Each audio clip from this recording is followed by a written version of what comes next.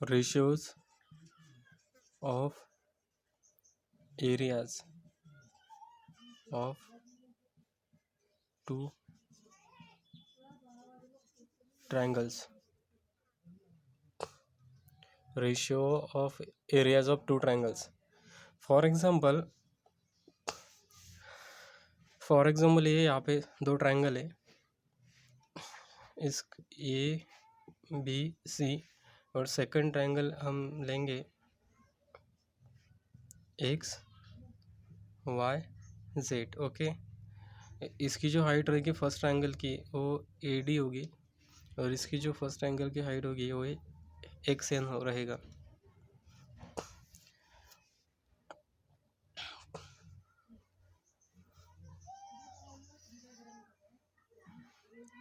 So area of triangle ABC is equal to half into BC is a base and height is AD. Okay, we call it equation number 1. Second, area of triangle XYZ is equal to half into, यहाँ पे base रहेगा YZ into height रहेगी X N. Call it equation 2. So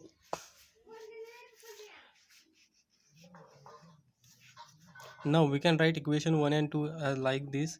Area of triangle ABC divided by area of triangle XYZ is equal to half into BC into AD, half into YZ into XN. Area of triangle ABC था तो उसका जो ऊपर का ये area हो गया, area of triangle XYZ का ये एरिया हो गया. तो अभी कॉमन क्या चीज़ है, ये वाली कॉमन चीज़ है, तो ये हो जाएगा, कट हो जाएगा, इसका आंसर 1 आ जाएगा. तो ये रहेगा BC into AD upon YZ into XN. तो सिंपली हम यहाँ पे ऐसा लिख सकते हैं, ये this we call it equation number 3. Okay, so equation 3 को हम ऐसा एज इट इज़ ऐसा लिख सकते हैं यहाँ पे, ये A1 divide by A2 is equal to BC divide by YZ in and AD divide by XN. So BC और BC क्या था, बेस था, that is B1 divide by B2 और AD डिवाइड बाय XN यानी H1 divide by H2. Okay, so then B1 H1 B2 H2. This is equation number 4.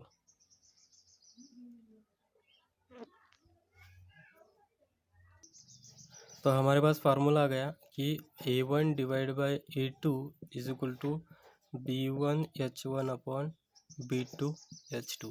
Okay, so consider the case number 1. Both triangles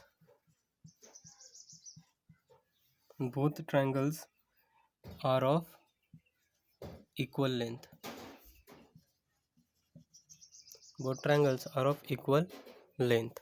Okay, so in this case A1 divided by A2 is equal to B1 H1 B2 H2, but they have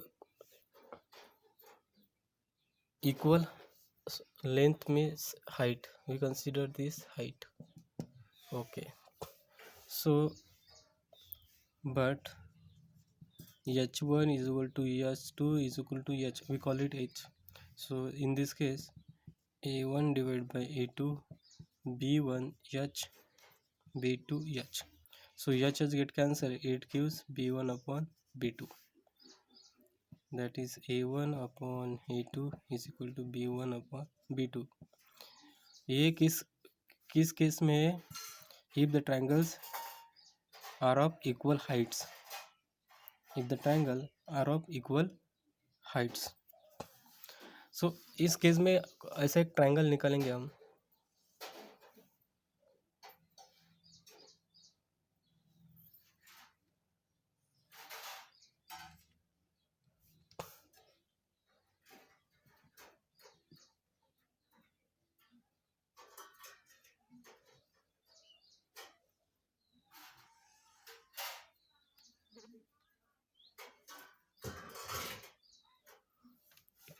okay, मान लीजिए दो triangle है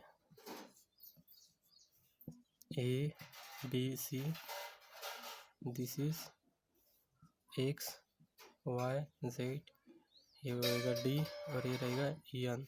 तो यहाँ पे इस case में A D is equal to X N ऐसे रहेगा, A D is equal to X N. Second case number 2, both triangles are of equal base, both triangles are of equal base। तो इस केस में क्या रहेगा, a1 upon a2, जो हमने result निकाला था b1 h1 upon b2 h2, लेकिन हमें दिया है इक्वल बेस। इसका मतलब होता है b1 is equal to b2 is equal to b। So इस केस में रहेगा b h1 b h2, तो ये b cat cancel, h1 upon h2, तो रिजल्ट आ गया a1 upon a2 is equal to b1 upon b2। ये किस चीज़ में है, if the triangles are of equal base. Case number 3 में रहेगा both triangles are of equal height and base.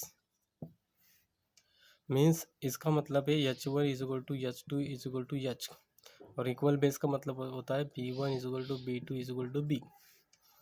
तो रिजल्ट जो पिछली बार का था वही लिखेंगे, b1 h1 b2 h2, लेकिन b1 क्या है, b1 b है, h1 क्या है, h है, b2 क्या है, b2 b है, और h2 क्या है, h है। तो ये सेम एडिस हो जाएगा, तो इसका आंसर 1।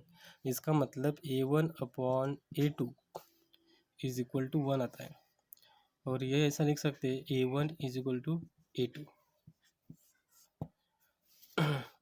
यदि दो ट्रायंगल है उसका दोनों का बेस सेम रहेगा और हाइट भी सेम रहेगी, तो उसका मतलब है उन दोनों का एरिया भी सेम रहेगा।